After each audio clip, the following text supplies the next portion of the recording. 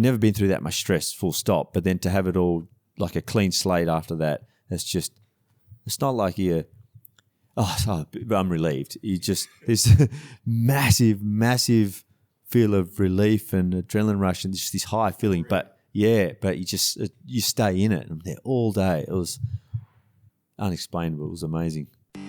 Hi and welcome to the very first Riders Lounge podcast interview series where we'll go behind the scenes of freestyle motocross and bring you closer to the biggest riders in the sport. I'm Steve Sommerfeld, and while I'm a washed-up FMX rider who has not admitted defeat to retirement, I'll be your host for this new project where I already have a list as long as my arm of legends to tell their stories about the sport and where they're going to next. But before we get started, I'd like to thank a few brands and people who have helped in their own different ways to make this podcast possible. And one of those is the bright star in the sport right now, Pat Bowden, who created this new eye-catching logo for the Riders Lounge podcast.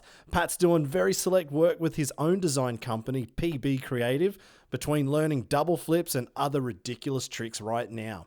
I'd also like to thank the 2007 X Games gold medalist and FMX legend, Adam Jones, for the chunky guitar riffs you're listening to right now.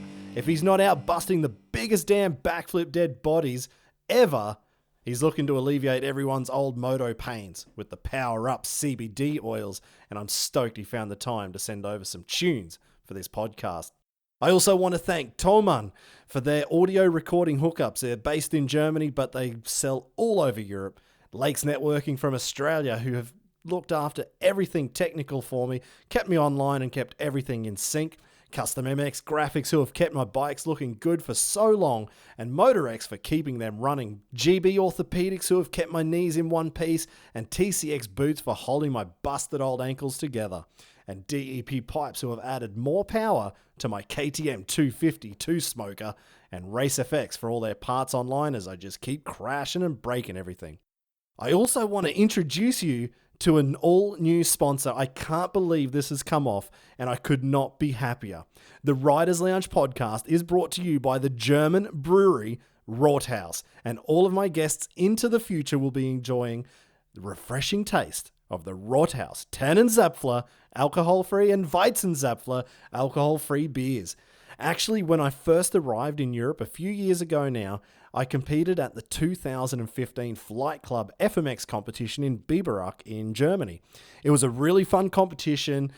I was stoked to take the win, of course, and the trophies were actually little bottles of Rothaus Tannenzapfler that were encased, plus the mini keg, because, you know, who needs champagne on a podium when you've got a mini keg of Rothaus beer to spray all your mates and anybody else that was standing around with. So I can't believe that 5 years later, after taste testing their products, so to say, over the years, I'm now creating this new podcast series, and I'm finally able to say I'm sponsored by a German beer company. How freaking cool is that? I even fell into my dream job with Night of the Jumps just over a year ago, and it's unreal to be involved with them in their 20th year of World Championships, and it's a series that I've been following when I just started my first knickknacks and click-clacks back in 2001. And what better way to kickstart this new podcast than with one of the biggest names in freestyle motocross. He's the unicorn, Red Bull X Fighters World Tour champion. He has a bunch of X Games medals, including the one everybody wants, the gold medal. Oh, and that's right, he's the only man to ever land a triple backflip, Josh Sheehan. And I actually want to take a moment to thank Sheeny, as without him becoming one of the biggest names in the sport, I probably wouldn't even be doing any of these different projects in FMX that I'm doing right now. I started my business of invert management to help Sheeny and Clinton Moore back in 2010, and as their careers exploded from riding at Night of the Jumps World Championships, Nitro Circus Live, Red Bull X Fighters, and then X Games, all these different doors kept opening up for all of us at the same time, which I never thought would happen. And I'm still living the dream and avoiding the real world at all costs. So I have to thank Sheeny for that. So I won't bore you anymore with this preamble other than to say thank you very much for tuning in. And again, thanks to Josh for taking the time and joining us here for the very first Riders Lounge podcast. I hope you enjoy the show.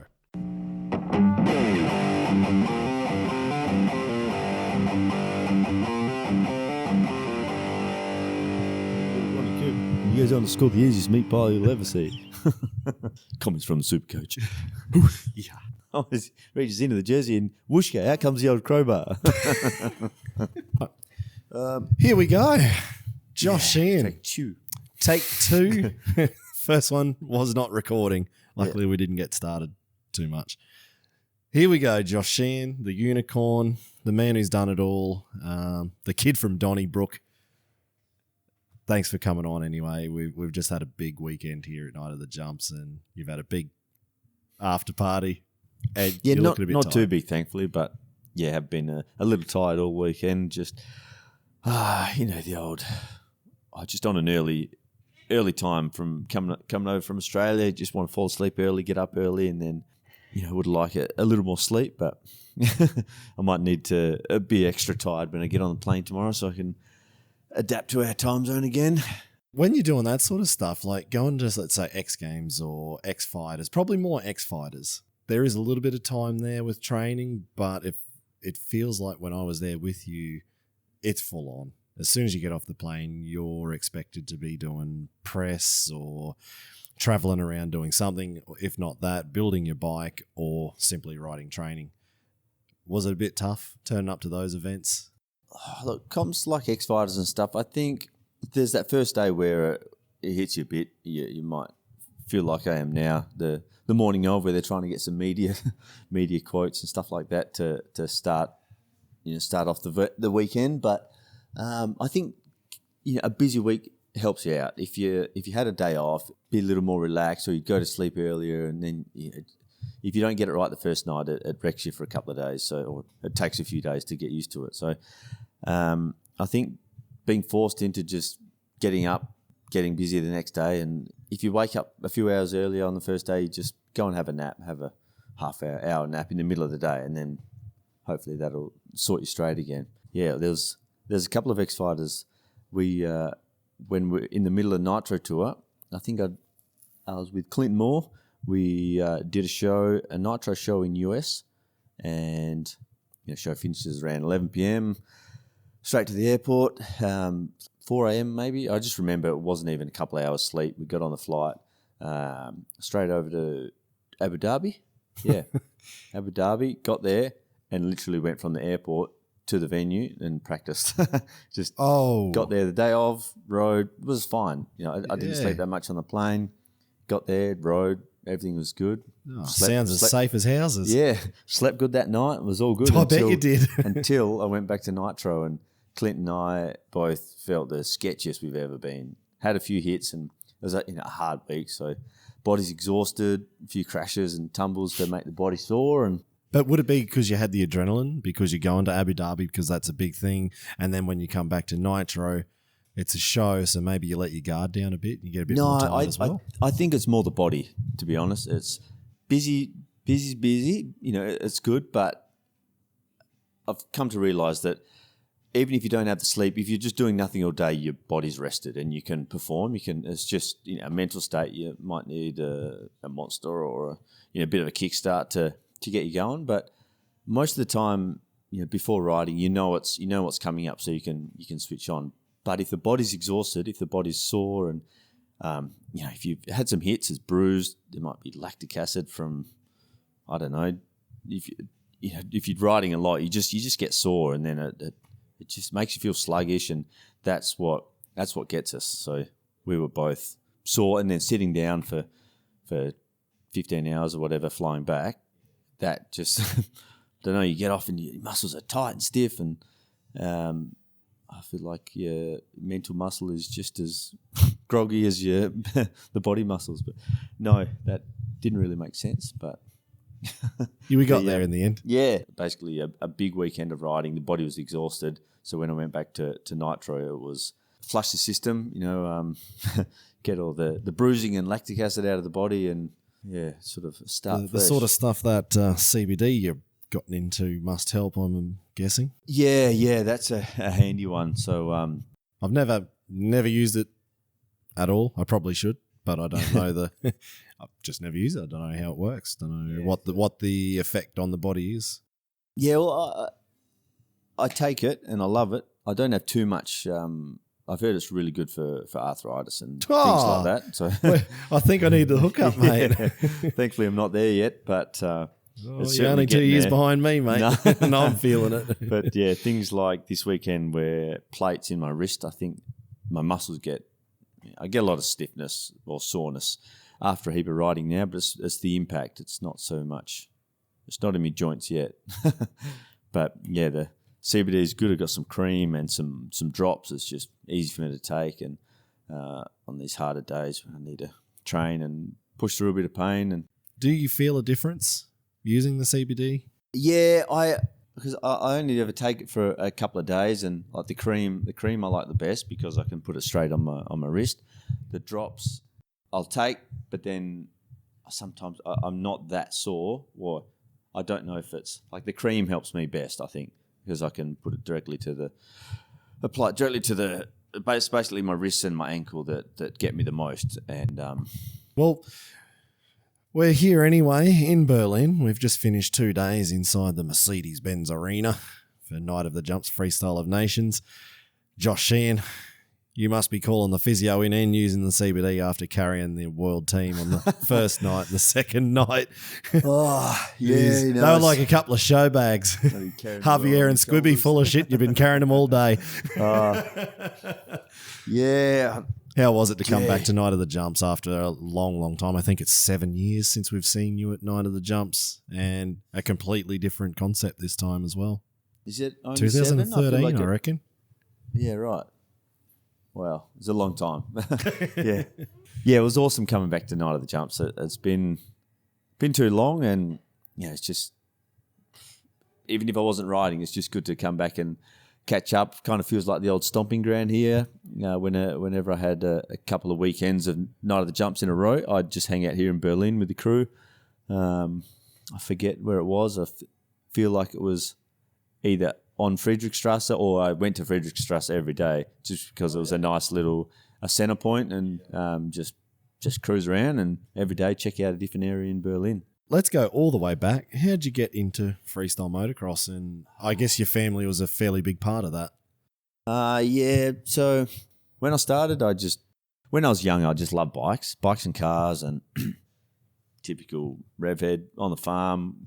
Yeah, we rode bikes at a young age on the farm, and just always wanted a motocross bike, always wanted to ride. And there was just something appealing about doing jumps or maybe not so much jumps, but just being in the air. So I love skydiving now as well, flying, anything that involves floating through the air. And yeah, to ride a motorbike, we used to go trail riding and ride tracks when we could, when we were just starting out. But whenever there was in between all of that, we'd always try and get to some jumps, find some ramps, and it just happened to be right up there on the list, or not.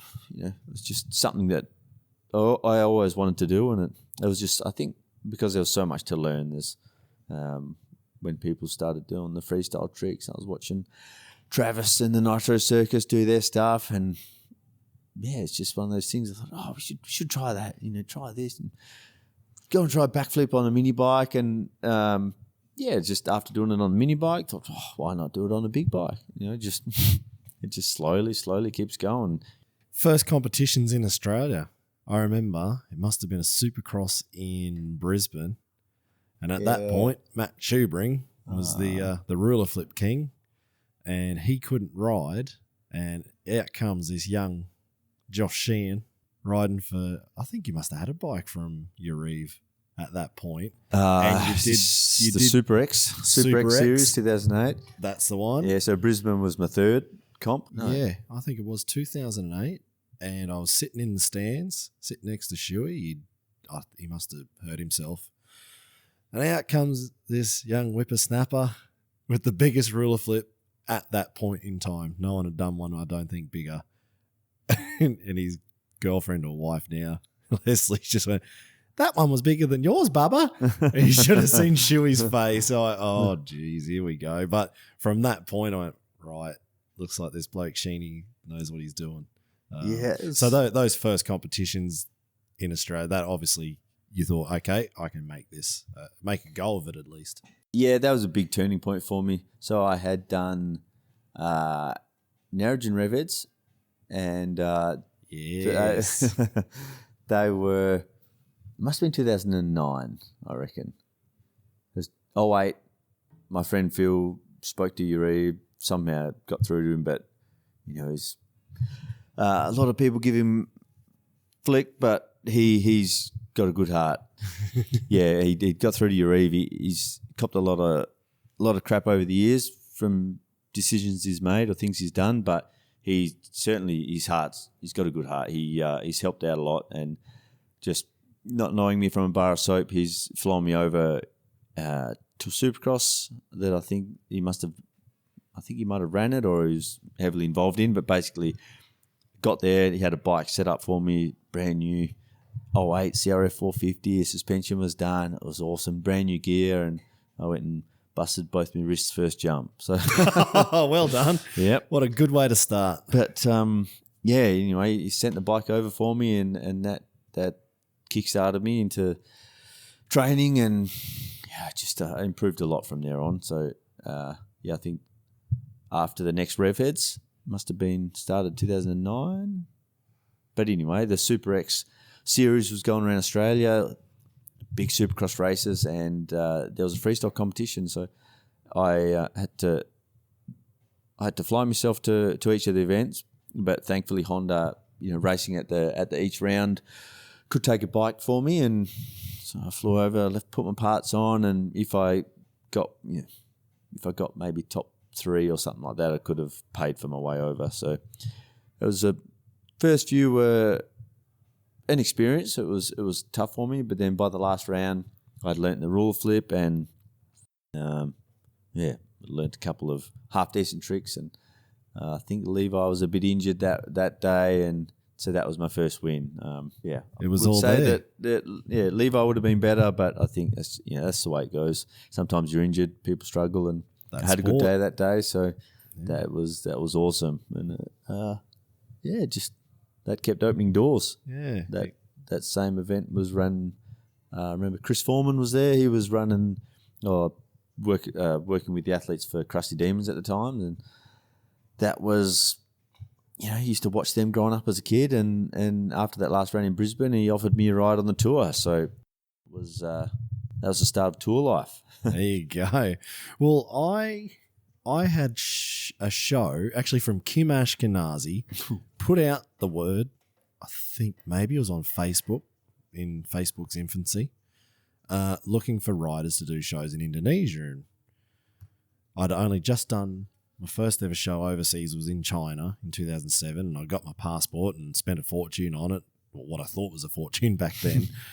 And I thought, better use this thing. It's got 10 years, and there's no point just doing one event.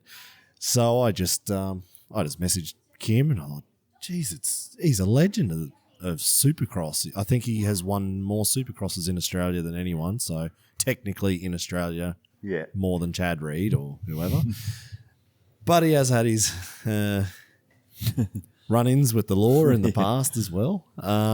But for me, I grew up watching him racing and reading magazines, and it was Kim Ashkenazi.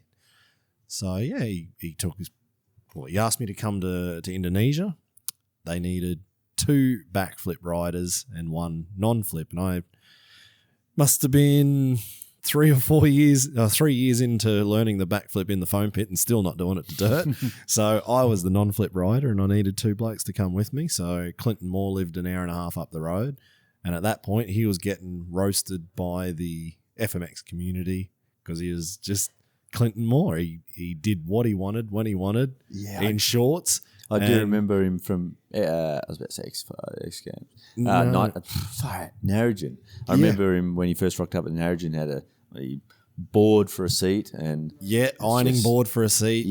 And he was a bit different. But he got roasted, but I liked his attitude. At least he just loved freestyle, and he just wanted to have a crack. So that's it. Well, I know he flips because I've seen all the videos of when he was learning to flip, and that was gnarly. So, got Clinton on, and then I had seen you at that Brisbane Super X with the ruler flip, and then someone said that you'd been to Indonesia before. I thought, right, well, at least he's going to know maybe the culture or something when we all get over there. maybe we won't be so lost. So that's how I managed to get you in for that one. Yeah. And turned out you're a master of languages. We got to Indonesia and we had an awesome time. And I remember we finished that tour. But that was awesome. For me, that was one of the best tours because a lot of things went wrong. And I remember it just with the travel between all those different cities. And I remember we got to Jakarta and we were just swimming in the pool in the last day or two. And I asked if you had shows or sponsors, and both you and Clinton said, nah, not really. Nothing's in the pipeline. And I'd done my business degree, finished that a couple of years earlier, I'd never used it. And a mate of mine, Ryan White at home, he's like, you've got a 20 grand hex debt for your studies. Like, why don't you do something with it? Oh, I don't really want to work, to be honest. I'd rather ride motorbikes. But so, yeah, basically from you and Clinton in that pool was the start of me starting Invert Management just to help you guys. And I don't know, from then, 2010, like we said earlier, Clinton couldn't make it from that crash to get to 9 of the jumps. Yeah. You made it in, and things just took off quite fast at a fairly rapid pace. Yeah. How was it from your side? I know my side of what it was like to do all that. It felt like 6 months of I threw myself in the deep end to do it, but how did it feel from your side? Yeah, I never really asked you this because we were just doing it. Yeah, I mean, from a terrible memory, I just remember there's a lot going on. But 09's, I had a massive crash. 09 you had the crash. My 20 brain was a bit foggy a couple of years after that. Yeah, I remember. Yeah, you were speaking quite slowly. Yeah, for that, must have been 2 years at least. I reckon where. I was like, oh, geez, he's speaking slowly today. Oh, God, if he takes another knock, it's not going to be good. But I remember, so 2010, I started Invert with you and Clinton, and then must have been 10, you came to Night of the Jumps the first time. Then from Night of the Jumps, Tessul sent me an email because he saw you there, and I don't even think you'd got on the podium at that point, and he'd sent an email asking if you'd be interested in X Fighters. Yeah. Oh, yeah. Oh, I think he might be. And then not too far around the corner, maybe the next year you're in X Games. Can't remember what the first year was, but it all happened quite fast. Early Indo days, I remember it was a bit foggy, but I do remember, well, I guess it's just when I started with you and Clint. So from Night of the Jumps, I think a spot opened up at X Fighters. That was late 2010. Yeah, it must have been the end of the season, 2010. I was at home riding the Royal Show, and the X Fighters thing had come up pretty late. Someone had pulled out or something. Or I think maybe was Clint supposed to do that as well, and got injured. And so I was riding the Royal Show, 2 shows a day, and then in between those 2 shows, I'd go to Billy Happy's house and have a practice. Trying to learn some tricks, and I burnt myself out. The first time I'd fatigued, ever at that point, just ran myself down and got a bit of a cold and felt like crap for a few days. But it's just pushing hard, training hard, trying to learn a few things for this first X Fighters in Rome. I can't remember what I got, but it was the lid on your noggin. Is what it you got. was that one. So leading up to Rome, I forget what place I got, but leading up to Rome, we made the Red Bull deal, and at that point we'd done nitro contracts, and they're as long as your arm. Yeah, and Red Bull just went, "Here's the helmet, off you go." It was like the easiest sponsorship you could ever organize. And in Rome, you turned up, and who gave you the helmet? Maddo. That's right. I do remember that. I was confused, almost a bit annoyed that you wouldn't let more out because you gave me the Red Bull hat to wear for the pre-show media. Hi. That was all on who was it? Simon Barrett. Was it Simon Barrett and at Red Bull, and he's like, we just can't give him the helmet until Maddo turns up and gives it to him. That's the that's the moment we need for the photos and videos. But Yeah. we were doing all that pre-show media and you're standing there with your Valley Side hat on. Oh, Josh, can you just chuck on a Red Bull hat? What for? I'm not with Red Bull. Well, just put it on. It's X Fighters and you'll be right. And you knew something was going on. Well, I was just confused. I was sure you're making me wear this hat and you're not sure if the deal's gone through yet. What's going on? I think I was just a bit annoyed that you wouldn't tell me the full deal or tell me the full rundown. But yeah, that was pretty awesome. Had Robbie Madison give me the helmet later on at the show, and it was still quite a surprise. It was just, I guess, to hear it officially and to get the actual helmet. It was cool. When I was younger, I thought, it'd be awesome to, ride for Nitro and you get sponsored like Travis is. But I never thought a few years later I'd be doing it and riding with him and sponsored by the same group. But thankfully, I've moved on to bigger and better people. Whoa! Way better. Since 2015, since going on Monster, it's just fun group of people. But times change, things change. Yeah, exactly. People change. Yeah, that's it. You move on.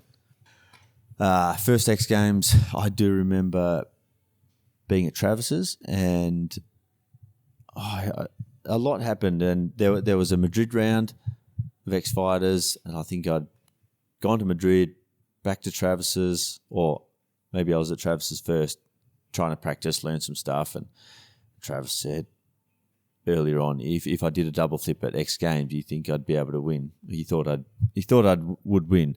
Far out. You've been speaking English long? I remember being at Travis's. I forget why to start with. That was after Nitro. It's all coming back to me now.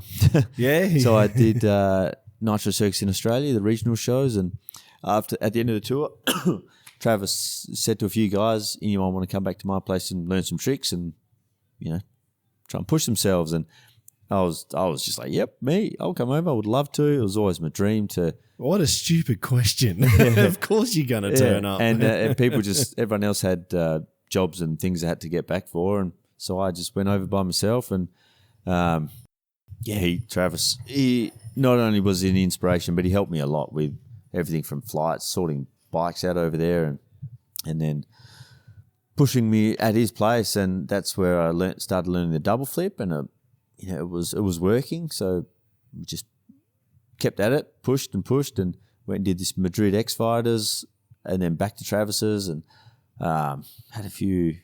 Had my first nasty after party there. Everything happened really late in Spain, and got to the airport late and missed a flight, and then they gave me a flight voucher, which worked out perfectly because that flight voucher paid for a business ticket from Travis's to X Games the next week, and it was just things were going swimmingly, and that X Games was the toughest competition I'd done, I reckon, or that I have done. It was just, everything was new. It was tough. There was pressure. It's X Games. It's the best. And I had best trick and freestyle.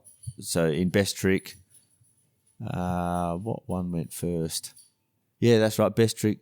There are a few things that happened. So I landed my double flip in best trick, got me a bronze. So I was pretty stoked with that. But in the freestyle run, I had a couple of crashes. One of them was I was doing one-hand takeoff backflips and did one-hand takeoff flip, felt like I was underdoing it, so I jumped over the bars and just smashed up my ankle. So I didn't break anything, but it was just fat and swollen and so sore. And then, icing that, trying to push through, and then in the competition I extended a little too hard or tried a little too hard in a ruler flip, dislocated my shoulder midair and came down and ragdolled. So I was just sore, and it made for a really tough weekend after that. Thankfully, a good mate Ash was there helping me as a mechanic, and he was basically carting me around, carting the bags. I could barely walk and couldn't use one arm. And actually, the only one funny thing about that weekend was the lady that relocated my shoulder was the same lady that scraped me off the ground in China after I just plastered myself into that portable landing. What is that, Shanghai X Games? Yep. It was Shanghai. 4 days of shows. It was all going well, and the second last show on the last day, I did no-handed catwalk and just grabbed the front brake as I got back on, and the bike dropped down. I couldn't get my foot over, and I landed off the edge of the bike, and that was it. I came to, in my mind, I woke up, I had a neck brace on, I was puking, I couldn't move. They were wheeling me through the hospital, and it felt like someone had punched me in the back. So the punch in the back was a bruised lung, and the neck brace was precautionary because I just had this smash, and they didn't know what was going on. They'd been trying to scan my head, but I wasn't sitting still. I couldn't, wasn't coherent before that, and I was puking up, and this was the day after. So, after I'd settled down, had some scans, they told me that they took me to a public hospital. There was blood on the walls. It was a mess, so they went straight to a military hospital. Bloody and hell. It wasn't until that next day when I came to that I was able to settle down enough for them to do some brain scans and check that it wasn't too bad. But when I was puking, I just thought of a doctor saying, if you ever knock your head, or knock yourself out and you're puking or feel nausea, get checked out because you could have bleeding of the brain. And this is the next day, and I'm puking up, onto my neck brace, on my bed, just going everywhere over my chest. It was a pretty horrible feeling. I had to stay over there for 3 days, I think, after that. It was all pretty foggy. Dion's filled me in on a few details since, but I was just useless, I remember. The 4 days later, when I was able to fly home, China to Sydney, my dad had to fly over to Sydney to fly home with me because I was just too useless. Just couldn't do it. Yeah. The next couple of weeks I remember just sitting outside on mum and dad's sort of swinging bed chair. Must have been nice weather. And I'd just sit out there in the sun and fall asleep 4, 5, 6 times a day. Just nap, sit around, nap. It was frustrating. I couldn't think of words. I just wasn't working. A bit like if I'm a little bit tired, a little bit. What, like not all there. I just can't find the words. But this was shocking. I was so slow and just frustrating and depressed. Actually, it was the first time I'd ever felt depressed. I used to scoff at people just saying they had depression for no reason, and I just harden up. I've always had that attitude. Harden up, deal with it. That's the Aussie thing, isn't it? Yeah, but you don't talk about it. You just harden up, mate, and get on with it. Yeah, that's it. But you shouldn't. Nah. Absolutely. Now that I've learnt these things as well. Yeah, and even still, everyone reacts differently to different. Been taught about these love languages, so some people work better with kind words or reassuring words, and I don't care about them. I just almost need someone to tell me just to harden up or get on with it, or just basically show me what to do or tell me. But yeah, there was a good 2 weeks after that head knock where I was depressed, just thinking. I knew that I would get through it. There's a lot going on. I'd finished off my shoulder, had snapped a tendon, half torn through a tendon and retorn a third, so it was 3 tendons, but I could barely lift my arm. And so I needed surgery. I couldn't think, just couldn't do anything. I was sleeping every day. And it was that time, it was early in my career, so I was just thinking, have I done the wrong thing? Have I wasted a few years? Do I need to go get a job? What's going to happen? And yeah, it was tough. But luckily, I needed some time off. I had to get surgery, so there was 3-4 months recovering from that. And by about, when you start recovering, able to do some rehab, you get your hopes back up and get excited again because you're able to do stuff. And that got me motivated. I started to, it was like 4 to 6 months after the crash, I remember thinking, feeling motivated again. I know I would like to keep doing this, but it was definitely a year until I felt like I was pretty switched on again. was probably a good couple of years, 10 years, ongoing. That my brain We're still in been progress, a bit slower. mate. Yeah, still that computer, the old Windows like thinking or the little loading icon's still going. Yeah, still going, still turning. So you've had a hell of a head knock. You've had a lot of head knocks. You've had a lot of injuries. You were getting a long way into your career. You've ridden with Travis. You've now done X Games. You've had a third in X Games. You've stood on the podium, but really it was at X Fighters on that big long tangent we took. It was at X Fighters in 2011 in Sydney on Cockatoo Island, which really cemented right. Josh Sheehan as a top level, or at least someone to look out for those top boys in freestyle motocross. Yeah, Sydney X Fighters 2011. Maybe top 3, most memorable moments in my career. So, hadn't had any big wins or anything. I'd learnt the double flip from X Games. My dislocation was coming good. It was only just in time, I think, for Sydney. It was just the last couple of weeks leading to Sydney. It was tough. I was getting it taped, was trying to ice, and I was getting treatment, all this stuff done to my shoulder so I could ride. And the Honda, Carlton Dry Honda it was at the time, the racing team in Australia, they'd decked out a bike for me, and Sinclair let me go over to his place to practice the double flip into his foam pit, and it was just all go. Everything went well. It was a tough one. I think I had a little slide out or two, but basically my first win, my first double flip in a run, home crowd, family went over there for it.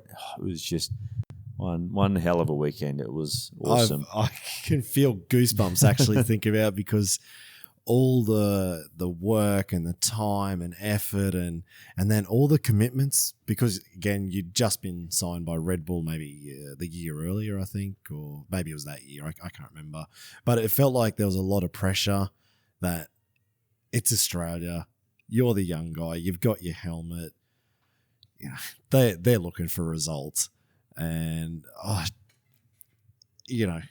don't actually work well under pressure. I just do what I do or want to do whenever I want to do it. I don't care when somebody wants me to do something.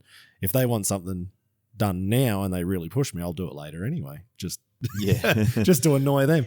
But I don't know. I felt more nervous, I think, than you did at that point. I was just thought, here we go. This is a lot of pressure for this guy. I feel like same for the family. It's always more nerve-wracking watching. Yeah, because you're not in control. You're in control of what you're doing. So you're happy with what you can do and you can do it.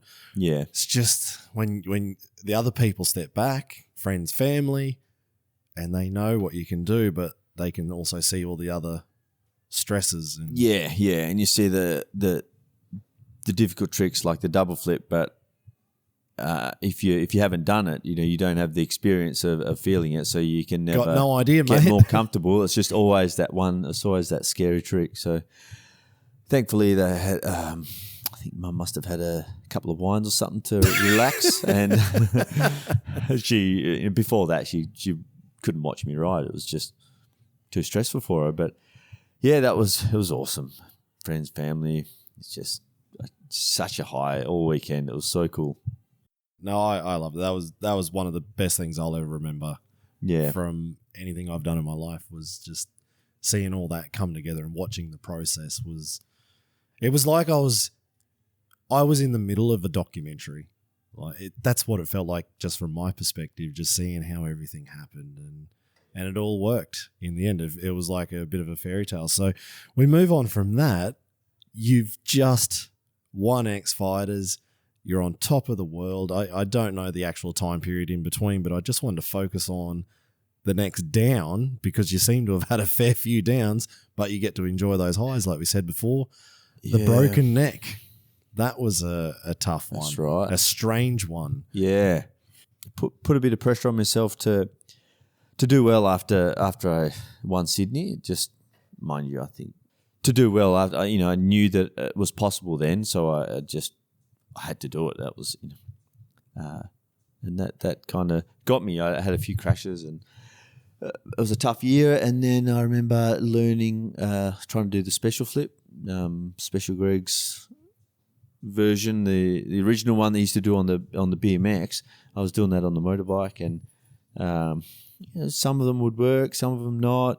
Getting closer, and then all of a sudden I had one where the nose of the bike dived, and I did the trick, and I'd grab back on, and the bike was facing down, and I thought, oh, hold on, and as I've hit the foam, I've just was kind of collapsed, and basically it's like a whiplash. It wasn't a heavy hit or anything, but this whiplash twisted my neck and fractured a transverse process, which is almost looks like a bat wing off the edge of each vertebrae, and that protects a nerve comes out of the spine, and this wing that sticks out had broken off and I don't think it's severed, but it did a lot of damage to the nerve, and that nerve goes down to my it was a little bit of the shoulder, the tricep, and these three fingers. The thumb, yeah, and the next two fingers, yeah, index so in the middle. Yeah, so more so the index, I think, because there's a little bit of numbness there. 6-7, C6-7 was the joint, but it was C7 that broke, and I hit the foam, and it felt like my arm was on fire. That burning pain. My neck was stiff, and must have whiplashed it. Got out, and I knew I was a bit concussed, and I just felt a bit funny in the head, but settled a bit, and I just couldn't move my neck to the left or back without just shooting pain down my arm. Went in to the local hospital, got an X-ray. Local doctor says, "Oh yeah, I can't see anything, but you must have pinched the nerve." So I've gone and got a massage after that around to loosen up the muscles, but the muscles just sort of tensed up again after, and everything just stayed in spasm. And then the lady that helped me out with the massage said her friend had a similar injury, and the neck was in a funny position or something, and the chiro helped. So I went to the chiro double checks. Chiro at that time. Double checked, had an X-ray. Doctor gave me the all clear, so he's done the old, and it was just pain, probably more than the crash went down my arm. Something's not right, and I think I had a crusties tour or something coming up. So I've gone to see a specialist in Perth. Basically, need to be ready for next week, and so he straight away says, "All right, we'll send you across the road. We'll get a cortisone injection that'll settle all the inflammation down." And so we'll go across. It's a X-ray guided, a CT guided injection. So I'm like in, out, needle goes in a bit further, in, out, and eventually, get the injection. And half hour later, driving home, and the doctor rings me up. Someone had gone through and checked out the scans after, and tells me I've got a broken neck. So it rings me up. Are you far from a hospital? Maybe just drop in and grab a neck brace on your way home. So said it was stable. I didn't understand it, but that's when I found out it was busted, and the little tip of this wing that sticks out, it was just sitting there loose. It had already severed the nerve and was just floating around with it. So I was stuck in a neck brace for five or 6 weeks while that bit of bone healed up, and then that bone healed up in the wrong spot. It was still impinging the nerve. So thankfully Red Bull at the time helped me. They had a connection with this Disc Spinal Institute over in California. Helped me get over there, and had this very intricate procedure. Got footage of it actually. Oh, yum. Where they'd gone in and shaved that bit of bone off that healed up, blocking the nerve. And then, so at that point, my arm was maybe 20% strength, maybe 30. It was just useless. So it was a real struggle after that, trying to get strength back. Nothing like having spinal surgery. Yeah. and putting not pressure on yourself, but knowing I got to get back and ride my bike. You just had spinal surgery. Oh, I'd hate to have that feeling. Yeah. So you've had that. you've won X Fighters, and then we're getting towards the triple backflip. This is like things have escalated so far. Can you say what it's, or just explain what it's like to go from your broken neck and then like, geez, my arm's not working, and now I'm at Travis's house trying something very stupid. Yeah, so after breaking the neck, I remember, so it was a slow year after that. I had a bit of trouble coming back with a very uneven body, and then 2013 was, up and down. I sort of recovered from that, got a little bit of strength back, and then end of 2013, I kind of got my groove. I was learning tricks, doing well. I started, just was more confident, had a bit of experience. I got past all the nervous pressure that I'd put on myself, and then 14 sort of was a big year.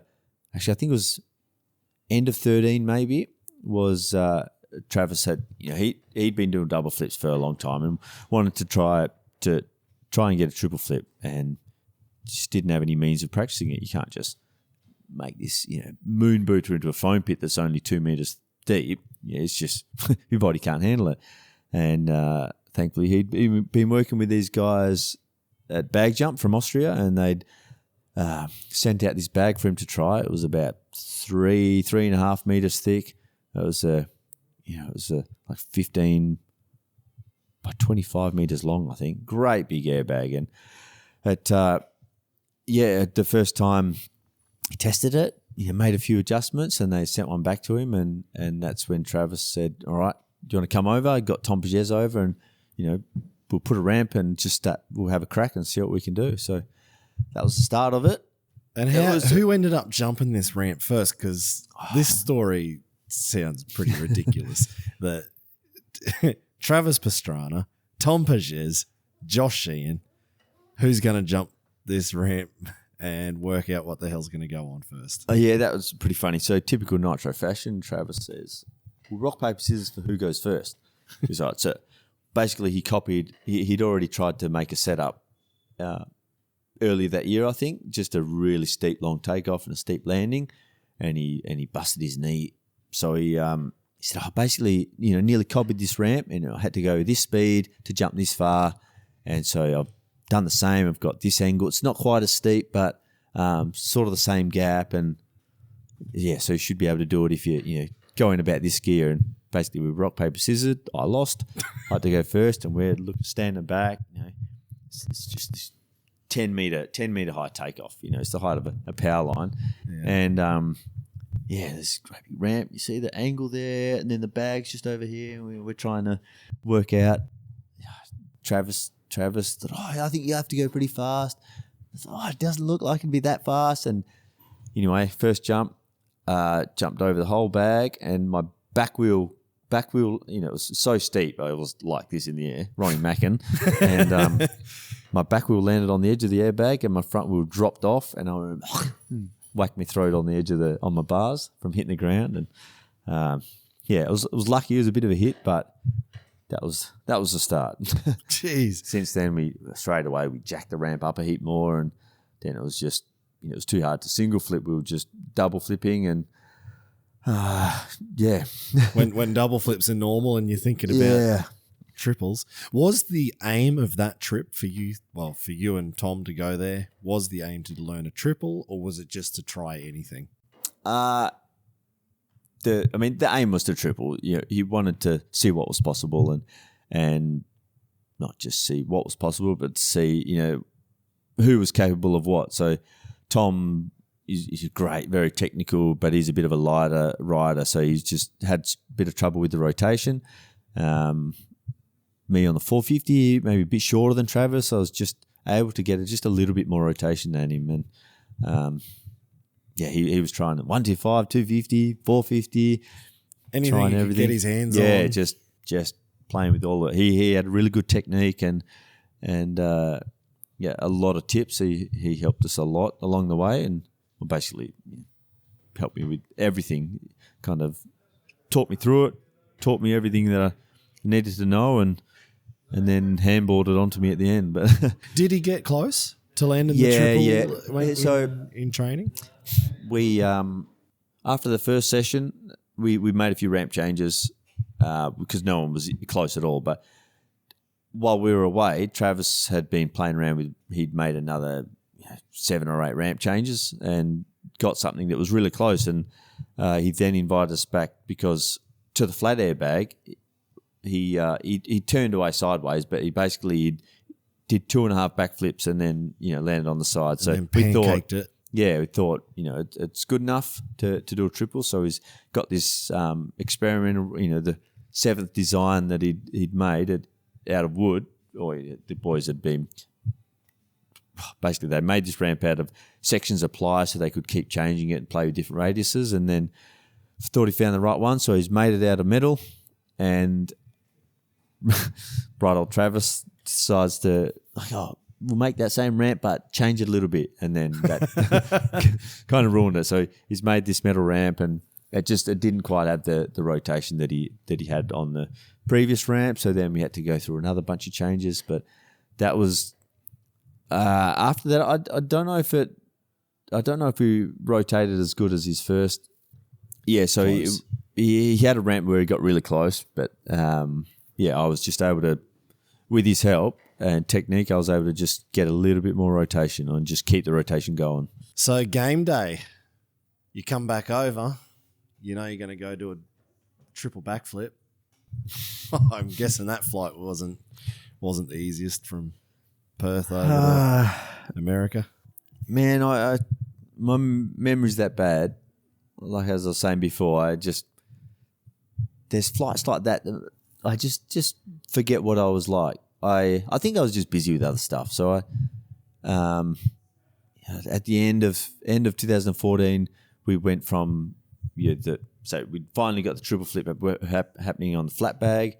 So then the next trip over was to test out this landing bag, which was 5 foot thick. It was like me standing up. It had all these different layers, and we could make a scaffolding landing, but then drape this big landing bag over it. So you could do both. You could crash, be fine, but you could land and ride out of it at the same time. So that was the next step. That was like a win in itself. That was the first triple flip to an actual landing. It was safe. But so then that last trip over, it was like the same again. I forget what I told the parents. Just going over for Nitro Tour and maybe a triple flip. But it was after one tour, and it was right before the US tour. And that's right, I had to leave a week earlier from the Aussie tour. And thankfully I had about eight or 10 Aussie mates that flew over there for the week, few days leading up to it. And at the start of the week, I wasn't too nervous, but it was, the nerves were there. But I had all week. I had the airbag, the landing bag was still draped over the scaffolding, and that was my training for the week. So I would go out there each day. First few days, took a few attempts to get the triple flip back into my mind, and it's just unlike. It rotates slower than a double flip, but there's that much more airtime that you do. There's enough for the 3. It was just a massive change. So a couple of days into it, all right, found me groove, going all right. So then I just treated every jump like it was my first one. It was cold weather, go out there in the morning, just, all right, warm up, go through a procedure just so I was warm, bike was good. First attempt, do a triple flip. Yep, worked well. Come back an hour later or whatever, same process, just warm up, get the body all nice and warm, go do it like it's the first one. And so you would only do one at a time? Sometimes. Close to. Sometimes you'd do it like that. Yeah, if it was, I'd do a couple, but a lot of gap. You kind of need to space things out. You can't just go and smash a heap out. Get fatigued or muscles get sore. So couple in the morning, couple in the afternoon. One day we had a bit of weather that we were dodging and fell off skateboard one day and hurt my wrist. So I didn't tell anyone, but I was pretty sore that day. So the one morning I had it taped up nice and tight. I did one attempt. All right, that'll do. I'm done for today. Or maybe later that afternoon. But just over say 5 or 6 days, I did. I think I'd done about 16 attempts to the landing bag, but just first few felt good, and then each day went on, got more and more stressful. I just thought, ooh, if I stuff up now, what's going to happen? And then I just started thinking about that. Like by the last day, what if I stuff up on the last day? It'll just throw me off. I won't have any confidence. But it just, they kept working. Every one of them was pretty perfect. Their technique, everything was solid, consistent, and was working. And then thought, rightio, last day, no time like the current. So really, by about the 6th or 7th day, when I'd done 16 or so, for them to turn that scaffolding into an actual landing took them about half a day. So I couldn't just rip the airbag off and have a jump on the same day. So one afternoon, I was like, all right, I'm done, finished. And all hands on deck, pull the airbag off the landing, and then it was a few pallets of plywood then to lay the landing, and then Hubert got in there and smoothened off the transition after that, and we had side cameras looking exactly where I was landing, and, so we had it all set up. I just knew that I had another couple of meters landing, or a couple of meters airtime really, with the bag not sitting on the landing, and it's just like that was it. Just tried to chill out, hang out with my mates, and have a laugh. And I was getting a sore throat at this point because a few people were sick, and I just relax, not going to get sick. And then day of, just a tiny bit of a sore throat. Nothing was bad. I maybe half hour less sleep that night. Tried to treat everything as if it was normal, so there were no changes. And the most stressful day of my life. Yeah, but the most memorable. The build up to it. Just trying to convince myself, tell myself, think that it's just like every other day. It's just going out there, doing the first one, go through the same procedures, warm up, and come in off the lip. Felt it was a good pop. My feet slid back, locked into the aggressive grip tape that I had. So in the right position, feel good. And the first two spin around pretty quick, and that's after the second one, I'm at the peak of the rotation. So then I've got the fall to get the third rotation done, and yes, that's going really good. And enough time to extend out and relax a bit before the landing. And the moment I touched down, I drifted across. I nearly went into the wall, but the weight off my shoulders that day was amazing. It was just cannot compare it to anything. It was that whole day was spent in disbelief after that. It's just I've never had that much stress. Just never been through that much stress. Full stop. But then to have it all like a clean slate after that, it's not like I'm relieved. You just this massive feel of relief and adrenaline rush and just this high feeling. But you stay in it. I'm there all day. It was unexplainable. It was amazing. It's so nuts. There's probably a good reason why nobody else has bothered to have a crack at it, because it is just so gnarly. Would you do it again one day?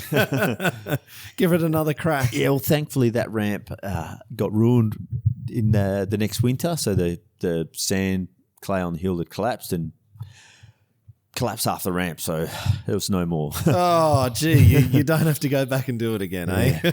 But young J.O. Archer, he has been having a crack because they've been wanting to try and do it off more of a regular ramp. So there's the Nitro Moon Buddha, but also Travis has another one that I think is a touch higher again, that he did the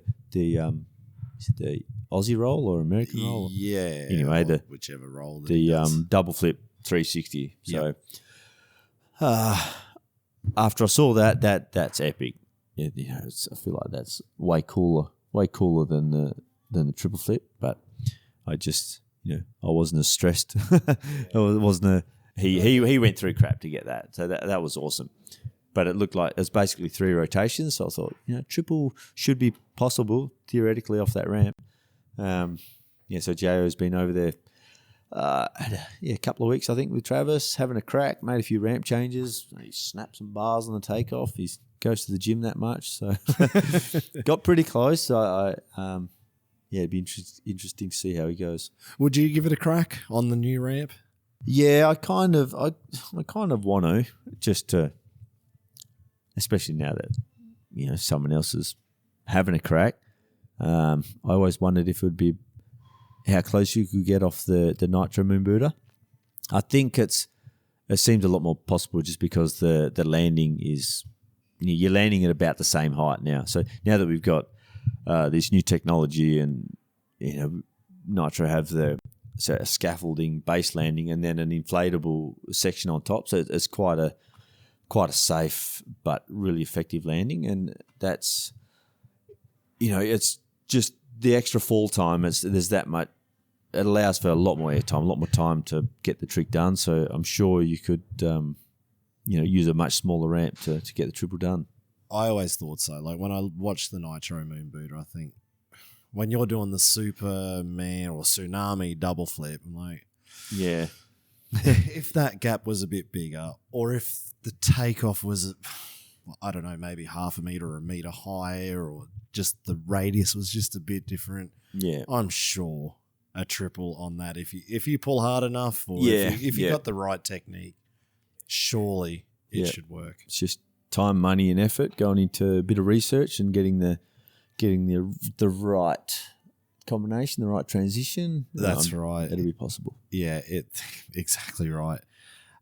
So you've gone from the highs of that, if I have my timeline correct, and then very soon after lows. You had the lowest of lows. Yeah.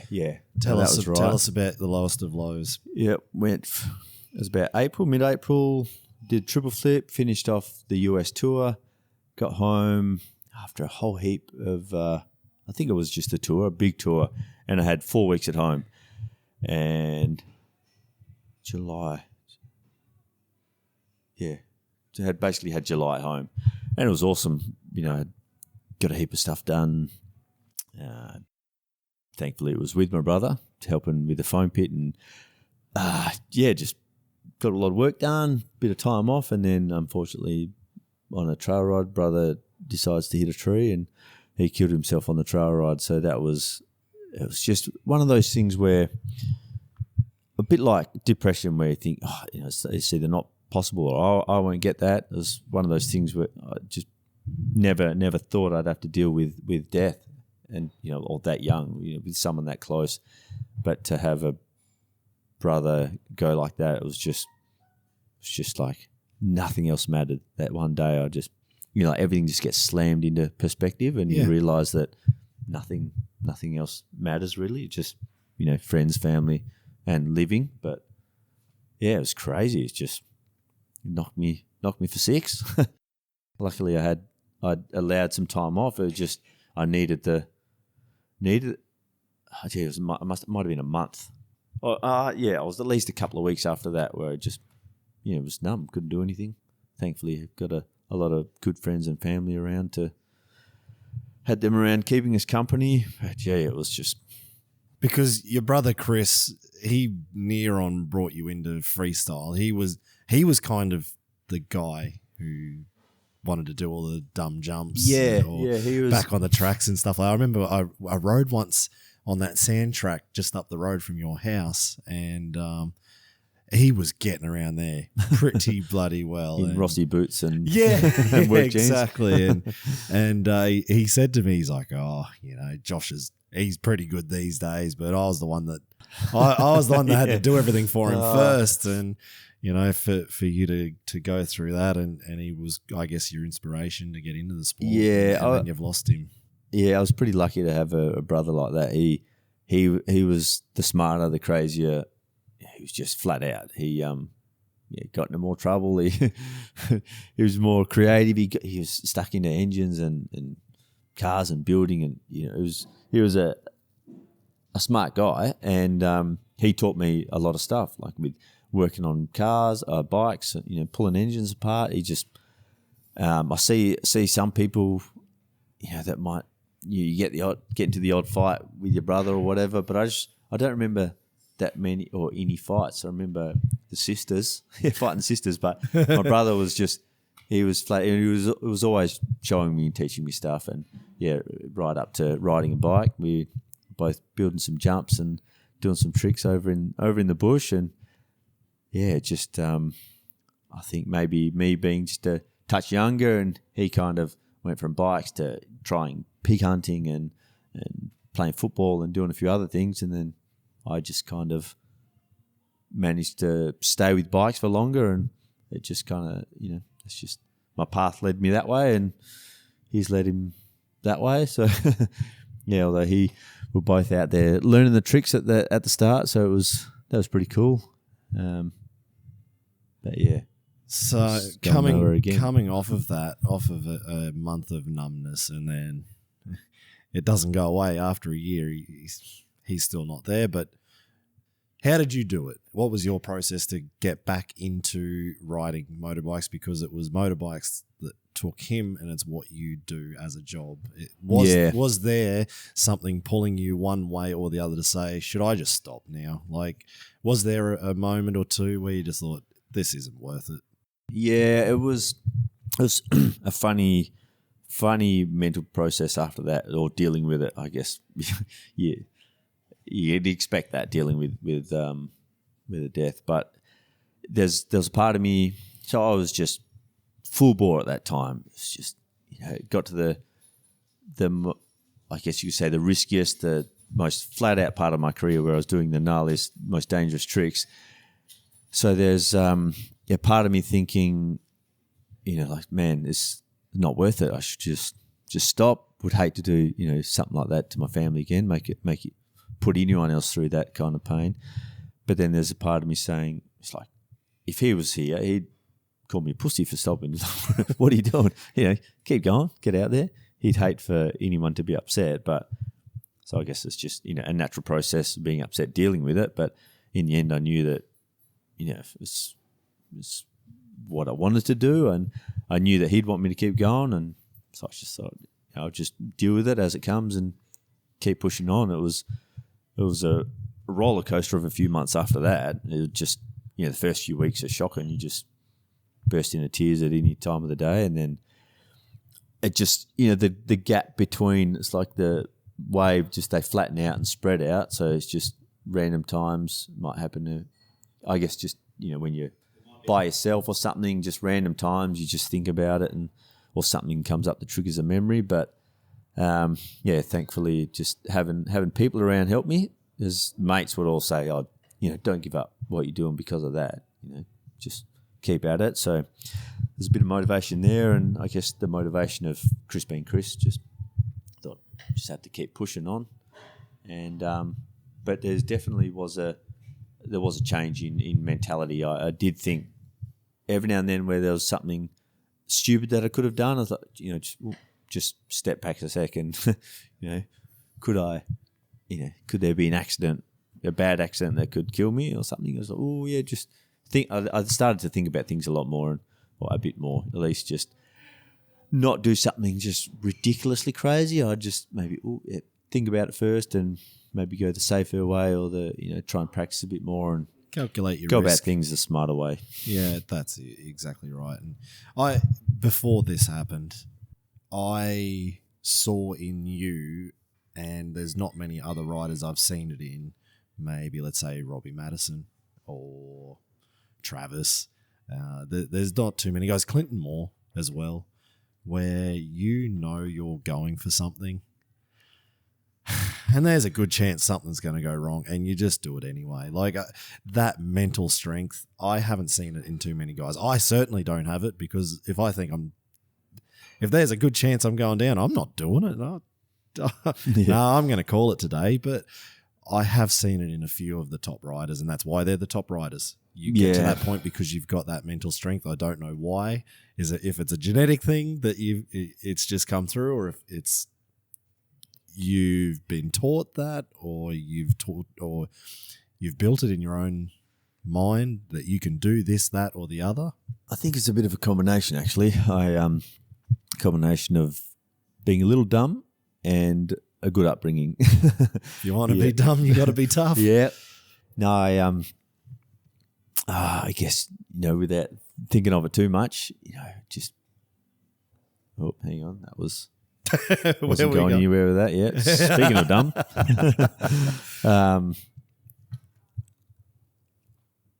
I guess you in a way you almost have to be a little senseless or a little stupid, or I guess maybe not so much stupid, but just not thinking for your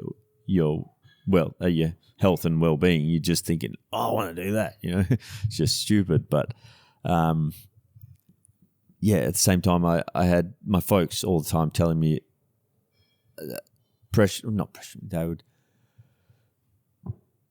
as a kid, they were constantly telling me how important my headspace was. Just, you got to be so confident. You got to absolutely know what you're doing. Just believe in yourself. And mum was, being a Christian family, very strong on sort of positive affirmation and just being confident and using good words, not bad words, because just over the years I've just found out how important everything is. Just from you can be thinking about, say, freestyle, you're thinking about your run and then your imagination runs away and you crash in your imagination. You just say, no, that doesn't happen. I'm doing this. And sometimes it takes you to physically speak the words. You can think things and that's just imagination. But basically, yeah, so words aren't just a sound. They're real. Words will make you, they'll break you. They'll make you rich, make you poor. If you talk good things, if you say good, positive, happy, healthy words, then you'll be healthy, happy. So, yeah, sometimes that's what it takes to change your mind. You can be in a rough day or, in a rough time or thinking the wrong thing. But sometimes you have to physically on the bike say, okay, you can do this. You're strong. You're skilled. You're relaxed, and just tell yourself. And then the more you hear it, the more you believe it, and you change the way you think. You change your brain. You're going through the process of the highest high straight into the lowest low, and you've decided I'm going to continue on and keep riding freestyle motocross, and you actually achieved in at least in terms of a trophy or a medal the biggest one of all, the one that everyone wants. Yep. I forget what happened in 15. We might have got rained out at X Games, but in 16 that was finally my time to shine. It was still tough. Like Tom and Levi were both just I thought almost impossible to beat, but I just had everything go well. I got all my tricks done and was finally able to take my first X Games gold medal. And that was another, I guess, sort of the top, one of the top fives as well, achievements in my career. It was awesome. That's it. So you've now won X Games. You've landed a triple flip. Nobody else has ever done it. You're the unicorn. You're now enjoying the fruits of your labor with nitro shows all over the world whenever they're on, and just you can pick and choose whatever you want to do. How does that feel that you've put in all of this work over the last 15 years at least, really thinking that you're in freestyle motocross and going for it?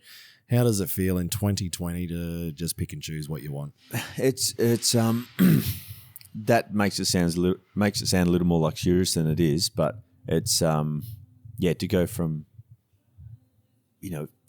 being a dream and not knowing it's even a possible career to being flat out and just inundated with work is awesome. But at the same time, it's like what we were talking about before with highs and lows. You can't go through all of that if you don't want to do the work. It's hard work now. Say it's the most relaxing part of my career, but it's hard, and the days like today that suck.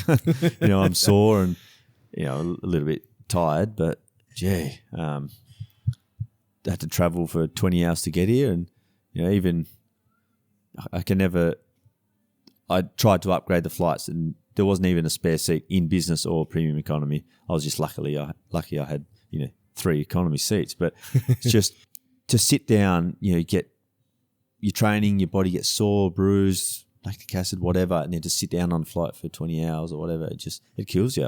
Not literally, but yeah, it's hard. Riding's hard, training's hard, motivation is hard. It's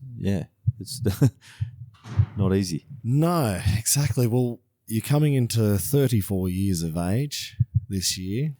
You've been there, you've done it all. There, of course, are other things you can do, I'm sure, but how hard is it to keep the motivation up these days? Motivation is a funny thing. It comes in waves. After a big year, like the end of last year, I got home, and I think just spending so much time away from home, whenever I'm away, I'm always thinking, I need to do this when I'm home. I'd love to do that.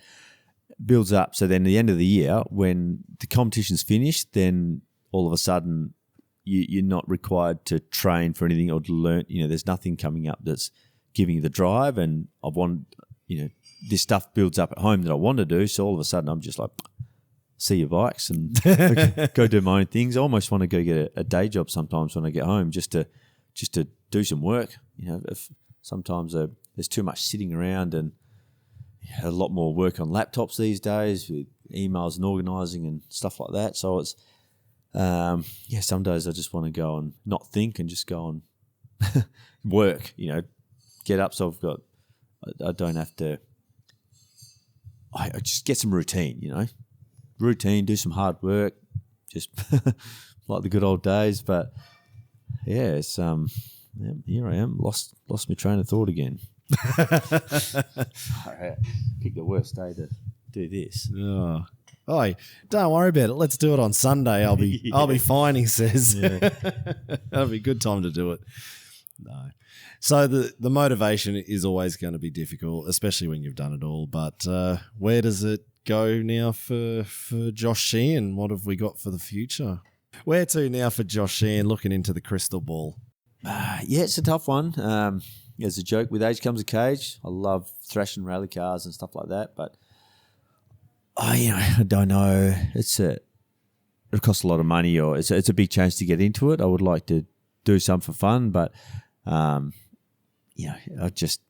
been putting money away, trying to be smart with that. So there's like the kind of business side of things that keeps me a little bit busy. There's the some things I do with cars. There's I still enjoy riding bikes. It's just maybe prefer a little bit more of the casual stuff now, not so much the competition. But I don't know, maybe a little bit more change, a little bit more sort of content, a bit of filming, stuff like that, for just more fun stuff. And apart from that, I've never really said anything in concrete in the past. So I just roll with it and see where it goes, and just see where it takes me. Can't wait to see what the future holds for Josh Sheehan. Thank you very much for taking the time on this very lazy Sunday after a big weekend of 2-night show and long days and long nights riding. Thank you very much. Cheers.